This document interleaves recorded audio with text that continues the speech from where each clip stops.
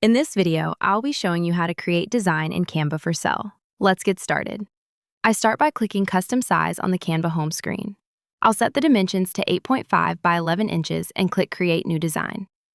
Once the canvas opens, I head over to the Elements tab and search for a gradient. I'll select a soft pink one and resize it so it covers the entire background.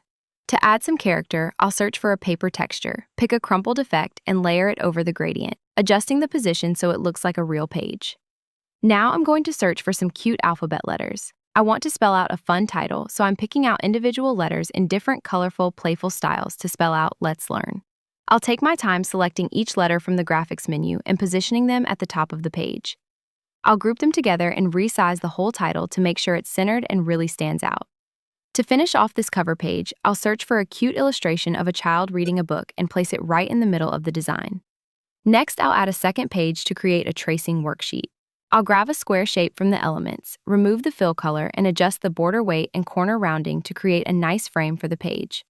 I'm searching for a tracing style letter A and placing it at the top of my layout. I'll add a few more rectangular boxes using the same shape tool to create sections for different activities.